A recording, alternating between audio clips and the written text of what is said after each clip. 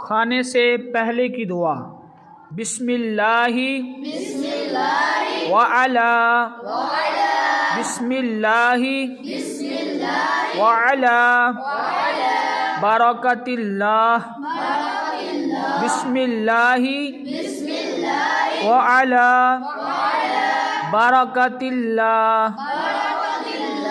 ترجمہ: اللہ کے نام سے اور اللہ کی برکت پر کھاتا ہوں۔ کھانے کے بعد کی دعا الحمدللہ الذی اطعمنا الحمدللہ الذی اطعمنا وسقانا وجعلنا مسلمین۔